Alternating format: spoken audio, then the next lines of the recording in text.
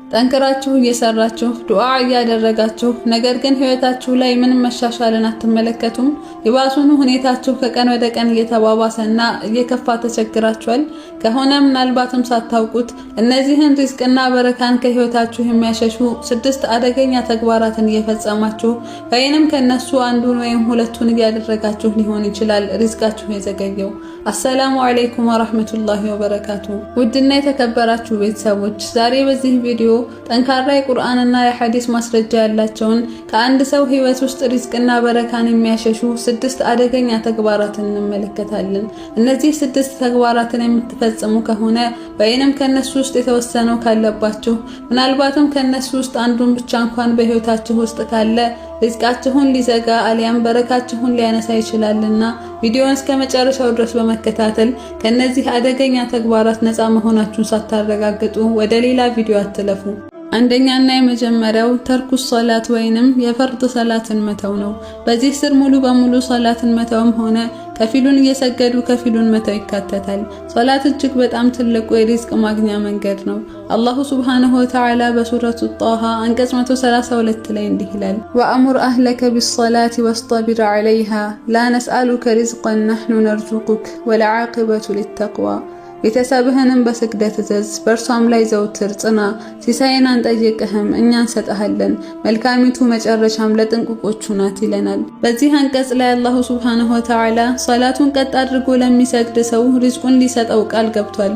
ሁሌም የአዛን ጥሪ ሲደረግም ላስተዋለ ሰው ሙአዚኑ ሀያ ዐለ ሶላህ ወደ ሶላት ኑ ካለ በኋላ ሀያ ዐለል ፈላህ ወደ ስኬት ኑ ማለቱን ይመለከታል። ጌታችን በዚህ ውስጥም እየነገረን ያለው መልእክት በሶላት ውስጥ ስኬትና ሪዝቅን ማኖሩን ነው።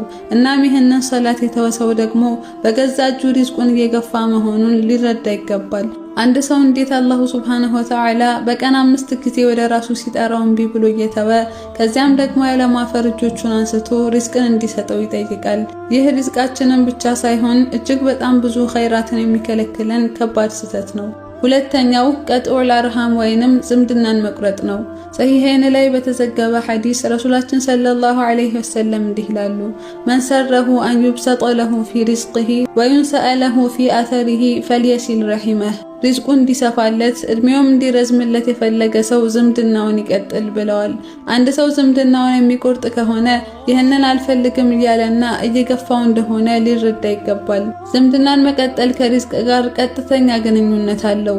እየለፋን እየጣርን ሪዝቃችን አልሰፋ ካለን ምናልባትም በቆረጥነው ዝምድና ምክንያት የመጣብን ክልከላ ሊሆን ይችላልና ዞር ብለን ራሳችንን ልናጤን ይገባል። ልብ ማለት ያለብን ነገር ምናልባትም ዝምድናውን በመቁረጡ ውስጥ ምክንያቱ እኛ ባንሆንም እንኳ እነሱ በራሳቸው የቆረጡን እንኳ ቢሆን እኛ ለአላህ ብለን ልንቀጥለው ይገባል። ምክንያቱም ረሱላችን ሰለላሁ ዐለይሂ ወሰለም በሌላ ሐዲሳቸው ለይሰል ዋሲል ቢሙካፊእ ወላኪነል ዋሲል አለዚ ኢዛ ቁጢዐት ረሂመሁ ወሰለሃ።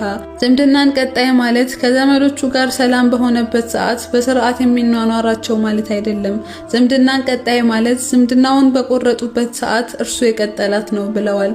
እናም ቤተሰቦች ይህ ነገር በጣም ስሜትን የሚፈታተንና ነፍስያን ማሸነፍን የሚጠይቅ ቢሆንም ነገር ግን እኛ ለአላህ ስንል ከፍላጎታችን ጋር ተቃርነንም ቢሆን ልናደርገው የሚገባ እጅግ ታላቅ ተግባር ነው። ከአላህ ዘንድ የሥራውን ክብደት የሚያህል ታላቅ ምንዳም ያለው ተግባር ነው። ሪዝቅና በረካንም በእጅጉ ይከፍትልናል። በተለይ ከዘመድ ሁሉ በጣም ቅርብ ዘመድ የሆኑትን ወላጆቻችንን አደራ። ከነሱ ጋር ምንም አይነት መቀየምና መዘጋጋት ብዙ ዋጋን ያስከፍላል እና እንጠንቀቅ። ሌሎች ዘመዶቻችንንም እንደዛው። ሶስተኛው አደሙ ሪዳ ወይንም የአላህን ውሳኔ ማማረር ነው።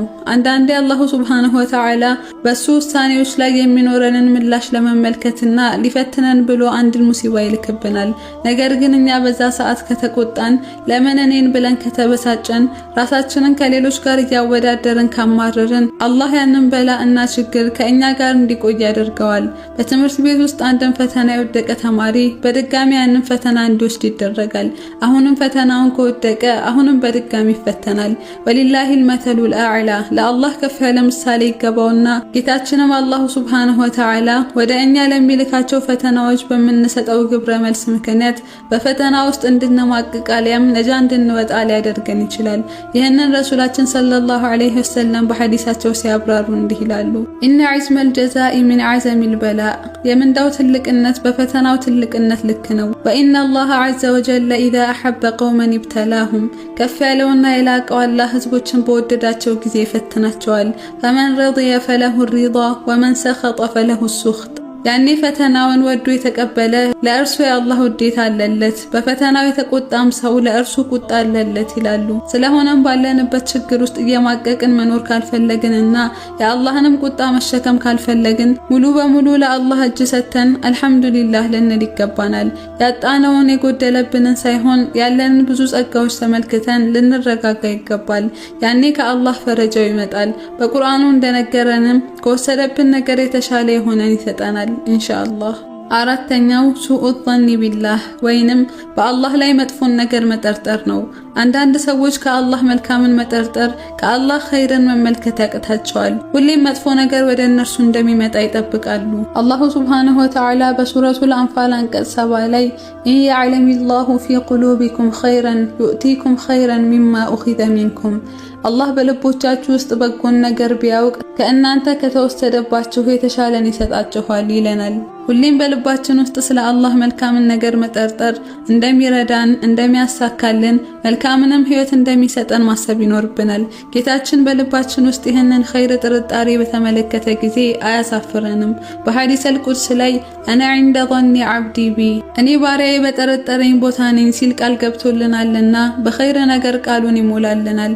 ካልሆነ ግን ሁሌም መጥፎን የምንጠብቅ ከሆነ አላህ አንዳችን ችግር እንደሚልክብን ምናስብ ከሆነ ሱረቱል ፉሲለት አንቀጽ 23 ላይ እንዳለው ወዛሊኩም ظنكم الذي ظننتم بربكم أرداكم فأصبحتم من الخاسرين ይህም ያ በጌታችሁ የጠረጠራችሁ ጥርጣሬያችሁ አጠፋችሁ ከከሳሪዎችም ሆናችሁ ይባላሉ እንዳለው ችግርና ኪሳራ ተደራርቦ ይከተለናል። ነዑዙ ቢላህ።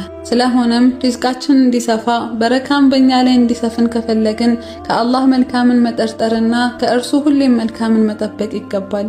አምስተኛ ከሰደቃ መራቅ ነው። አላሁ ሱብሓነሁ ወተዓላ በሱረቱል ሙናፊቁን 10ኛው አንቀጽ ላይ ወአንፊቁ ሚማ ረዘቅናኩም ከሰጠናችሁም ነገር ለግሱ ይለናል። ሰደቃ ሀብትን ታፋፋለች፣ በረካን ታመጣለች፣ የአላህንም ቁጣ ታበርዳለች። አንድ ሰው ሰደቃን ለመስጠት በጣም ሀብታም መሆን አይጠበቅበትም። ነገር ግን ካለው ነገር ላይ የተወሰነውን ለሌሎች ለማካፈል ፈቃደኛ መሆኑን ነው አላህ የሚመለከተው። አላሁ ሱብሓነሁ ወተዓላ አንዲትን ነፍስ ያለ ችሎታዋ ያስገድዳል። ነገር ግን ባለን አቅምና ችሎታ ለዲን አንዳች ነገርን እንድናበረክት ይፈልጋል። እኛ ዋና ሐሳባችን ገንዘብን መሰብሰብ ብቻ ከሆነና ከእርሱ ላይ ለአላህ ብለን የሆነ ያህል ሰደቃን የማንሰጥ ከሆነ ከዛ ገንዘብ ላይ በረካውን ያነሳብናል። ሪዝቃችንንም በገዛ እጃችን እናጠዋለን። ይህ ደግሞ የአላህን ሱብሓነሁ ወተዓላ አሰራር ካለማወቅ የሚመጣ ትልቅ ስህተት ነው። ስለሆነም ሪዝቃችን እንዲሰፋ ከፈለግን ካለን ነገር ላይ በቻልነው መጠን ያህል የሆነች ያህል ሰደቃ ለአላህ ብለን መስጠት እጅግ በጣም ትርፋማ የሆነ ንግድ ነው። ስድስተኛ አልማዕሲያ ወይንም አላህን ሱብሓነሁ ወተዓላን ማመጽ ነው። ሙስነድ ላይ በተዘገበ ሐዲስ ረሱላችን ሰለላሁ ዐለይሂ ወሰለም ኢነ ረጁለ ላ ይሕረሙ ሪዝቀ ቢደንቢን ዩሲቡህ አንድ ሰው በሚሰራው ወንጀል ምክንያት ሪዝቁን ሊከለከል ይችላል። ሐታ ወኢን አንዓመ አላሁ ሱብሓነሁ ዐለል ዓሲ ቢበዕድ ኒዓም ኢስቲድራጀን ለሁ አላሁ ሱብሓነሁ ወተዓላ ለፈተና አሊያም ለቅጣት ሊያመቻቸው ብሎ ለወንጀለኛ ሰው ከፊል ኒዕማውን ቢውልለትም ፈኢነሃ ላ ተእቲህ ኢላ ሙንገሰቱን መንዛአቱል በረከቲ ቢሰበቢ ዙኑቢሂ ወሙኻለፈቲህ በወንጀሉና ከአላህ ሕግጋት ጋር በመቃረኑ ምክንያት የተረበሸና በረካው የተነሳ ሆኖ እንጂ አይመጣለትም ይላሉ። ሱብሓነላህ።